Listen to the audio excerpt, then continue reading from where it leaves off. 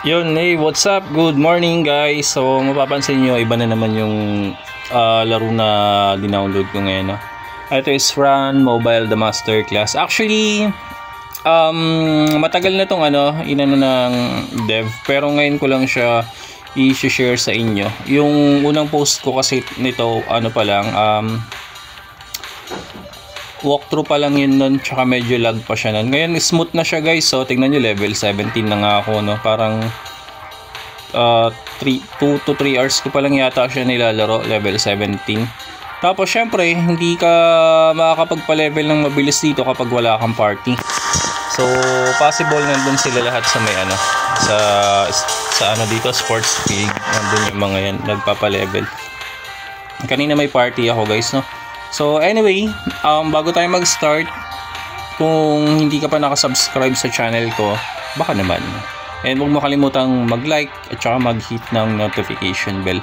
And of course, tuturo ko sa inyo kung paano mag-download ng laro na to. Okay? Bago ko sabihin sa inyo yung kung paano gumawa ng character dito or ng account dito, tuturuan ko kayo muna ng mga basic tutorial, no? So pasok muna tayo sa loob, guys. Ayan. Siyempre, pagka-create nyo kasi ng character nyo, guys, okay.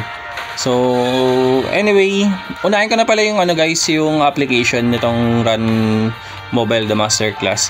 So, ilalagay ko sa description nitong video na to kung saan nyo i-download yung Run Mobile The Masterclass. Then, of course, after nyo ma-download yung Run Mobile The Masterclass, siyempre, mangihina naman yun ng create. Syempre mag-create na naman kayo ng account nyo, no? So ang inilang naman doon, pag nag-create kayo, yung username nyo, yung Gmail ulit, and then pag gagawa na kayo ng character, may pin code na naman siya, no? So meron siyang 6-digit pin code.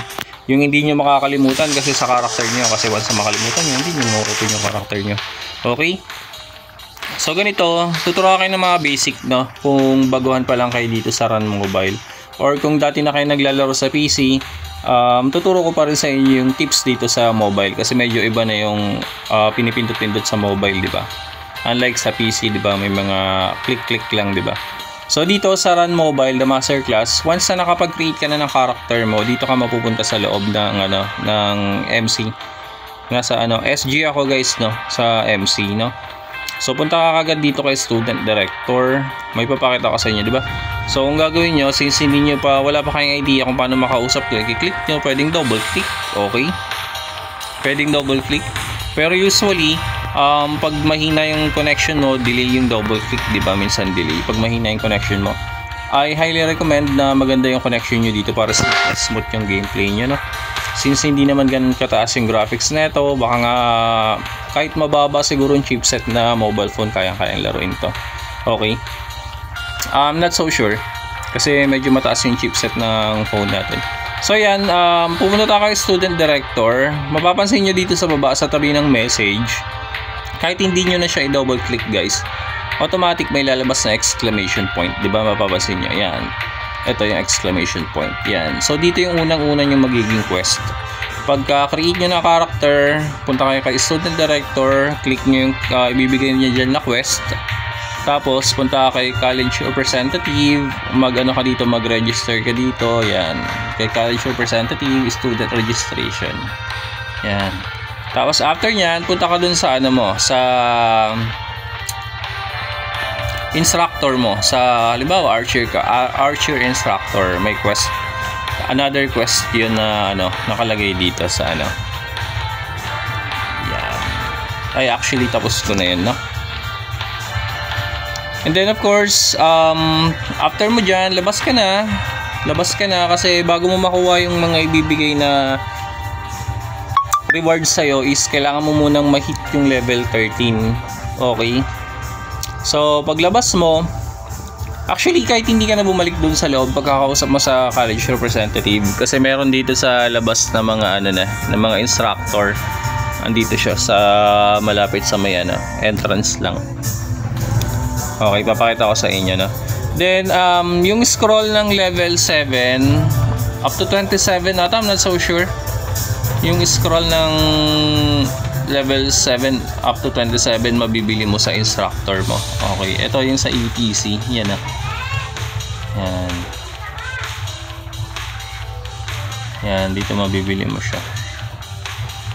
Yan, okay. So, syempre, medyo mahal yan. Mag-iipon ka talaga, no? Ang mahirap, syempre, pag newbie ka, mahirap ang gold. Tignan nyo ako, no? 1K pa lang yung gold ko. Kakabili ko pa lang ng skill ko. Then, let's say, for example, nakuha mo na yung first skill mo. Tuturo ko sa'yo kung paano maglagay ng skill. Okay. So, mapapansin nyo, meron nakalagay na parang karayom ba to? Pin, yan. Kasi ito yung walk, eh. Yan, ito yung walk. Ito naman yung run. Yan, ganyan basic lang, no? Ito naman yung katabi ng takbo na yan, tsaka yung lakad na logo. Ito yung ano, maglalagay ka ng skill.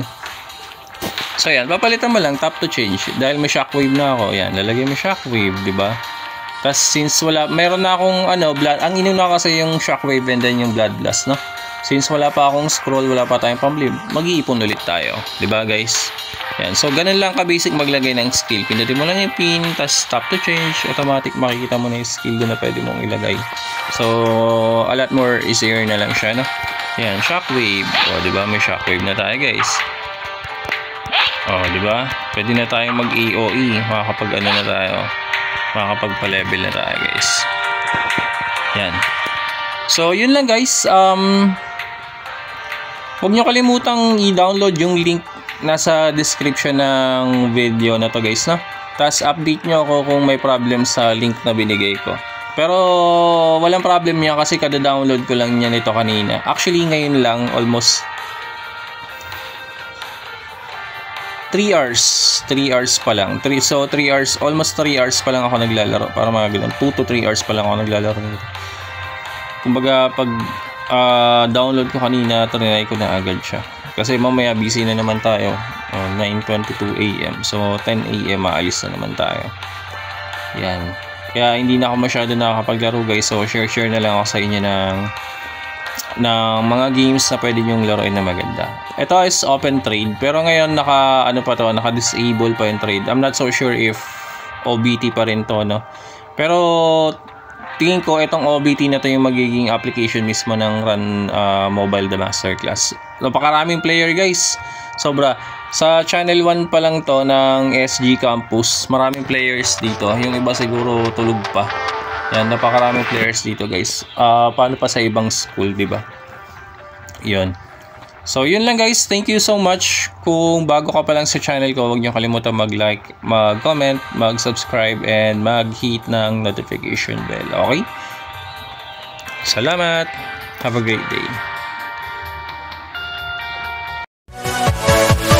Yeah.